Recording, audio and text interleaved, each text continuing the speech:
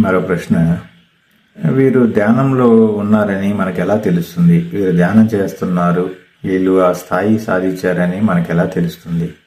ఒక కర్నూలు ఒక అడిగారు. అయితే ధ్యానం చేసే వాళ్ళందరూ ముందు వైరాగ్యాన్ని కలిగి ఉంటారు. వారికి వేటి మీద శ్రద్ధ ఉండదు. ఒకటే శ్రద్ధ వారికి మౌనం ఉండటం, దాని మీదే శ్రద్ధ ఉంటుంది.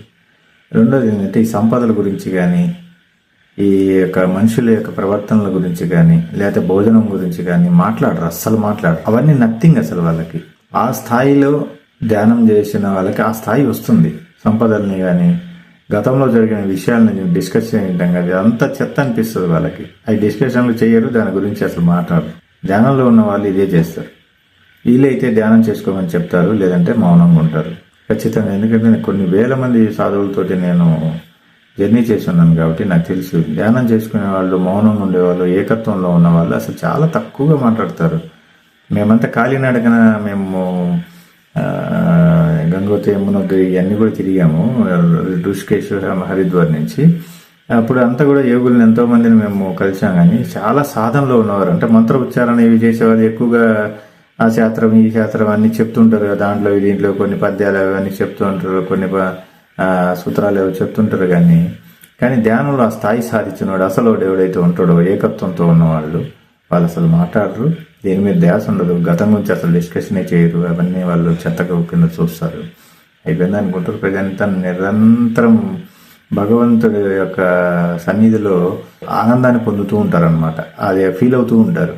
అది చాలా గొప్ప ఆనందం. నేను అసలు అంత ప్రశాంతంగా నేను ఇవన్నీ అనుభవిస్తున్నాను. ఇవన్నీ కూడా మీరు కూడా చేస్తారు. ధ్యానం చేసుకుంటూ ఉంటే ఆ చెత్త అంతా వెళ్ళిపోద్ది ఆటోమేటిక్. మీరు ఏమీ చేయాల్సిన పని లేదు. ఆటో పైలట్ సిస్టమ్ యాక్టివేట్ అయిపోద్ది. ఆ చెత్త ఏదైతే ఉందో అదంతా పోయి మీరు కూడా ప్రశాంతంగా నిరంతరం భగవంతుడి యొక్క విచారణలో అసలు రమించిపోతుంటారన్నమాట. నిజంగా ఇది చాలా గొప్ప అనుభవం కూడా, చాలా అద్భుతమైన అనుభవం. మీకు వస్తుంది ఇవన్నీ ఖచ్చితంగా. నేను చెప్పినట్టుగా ధ్యానం చేయండి. నేను మళ్ళీ చెప్తున్నా, ధ్యానం కంటే గొప్పది కానీ, ధ్యానం కంటే స్వచ్ఛమైంది కానీ, ధ్యానం కంటే సత్యమైంది కానీ మీకు ఏ మార్గము లేదు. ధ్యానమే మార్గము, ధ్యానమే సర్వస్వమై ఉండాలి మీకు. అప్పుడు ఇవన్నీ సాధ్యమవుతాయి. ఇంకా కన్ఫ్యూజన్లు ఏం పెట్టుకోవద్దు. ఏదున్నా నాకు తెలియజేయండి, నాకు తెలిసి నేను చెప్తాను. ప్రశాంతంగా జీవితాన్ని నడిపి భూమి మీద చాలా ఆనందంగా బతికేసి వెళ్ళిపోదాం. లోకా సంస్థ సుఖినో భవంతు. సర్వం కల్విదం బ్రహ్మ. శుభం భయాత్, శుభం భయాత్, శుభం భయాత్, శుభం భయాత్, శుభం భయాత్.